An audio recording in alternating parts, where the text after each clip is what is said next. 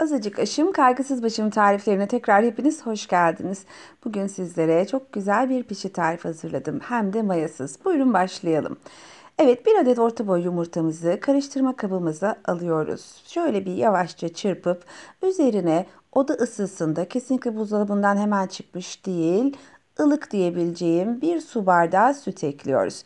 2 yemek kaşığı sıvı yağ ve ardından da 1,5 tatlı kaşığı şeker ve yarım tatlı kaşığı da tuz ilave ediyoruz. Sırada unumuz var. Bakın burada 3 su bardağı un var. 1 tatlı kaşığı hamur kabartma tuzu üzerine ekliyorum ve unumu muhakkak eleyerek ilave ediyorum. Eleyerek eklememizin sebebi unu havalandırmak. Böylece, çünkü hamuru dinlendirmeyeceğiz. Böylece pişimiz çok daha güzel bir şekilde kabaracak. Ne kadar un kullandınız derseniz toplamda 3,5 su bardağı un kullandım. Tepeli değildi bardaklarım. Ne çok yumuşak ne de böyle sert bir hamurumuz olacak. Evet, hamur matımın üzerine yerleştirip parçalara ayıracağım. Şöyle cevizden biraz daha büyük olacak şekilde bezeler yapıyorum.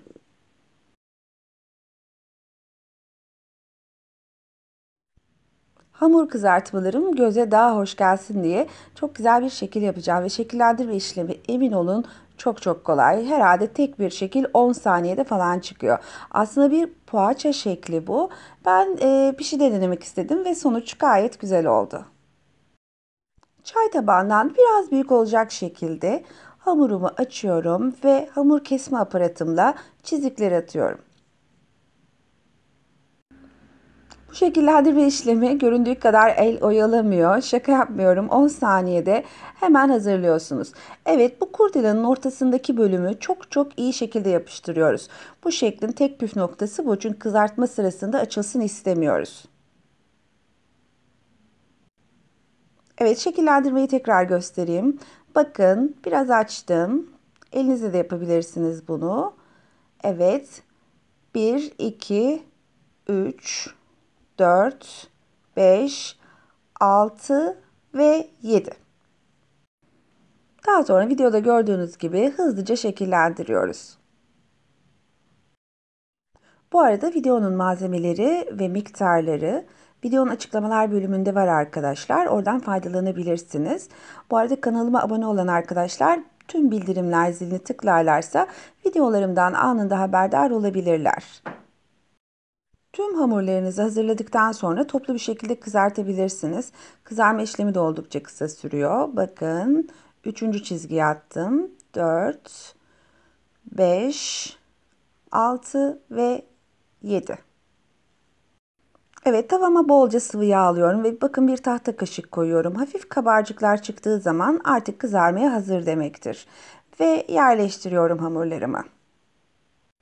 Bu arada size bir püf noktası vereyim. Eğer çok kabarsın, daha çok kabarsın istiyorsanız, ben şekilli olduğu için çok çok çok kabarmasını önemsemedim. Şeklinin bozulmasını istemiyorum çünkü. Ama siz çok kabarsın istiyorsanız tavanızı sallayabilirsiniz.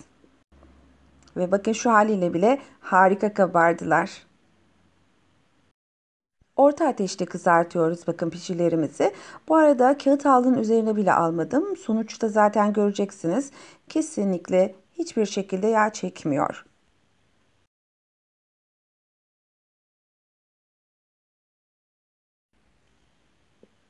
Evet, artık servis edebilirim. Gerçekten çok şirin görünüyorlar diye düşünüyorum. Eğer hafif tatlımsı istemiyorsanız tuz ve şeker oranının yerlerini değiştirebilirsiniz.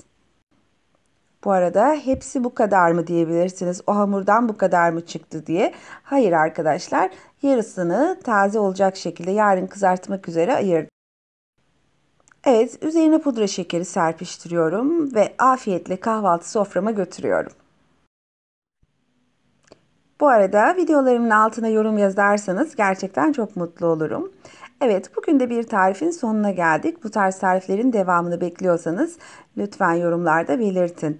Tekrar yeni tariflerde görüşmek üzere inşallah. Kendinize iyi bakın. Hoşça kalın.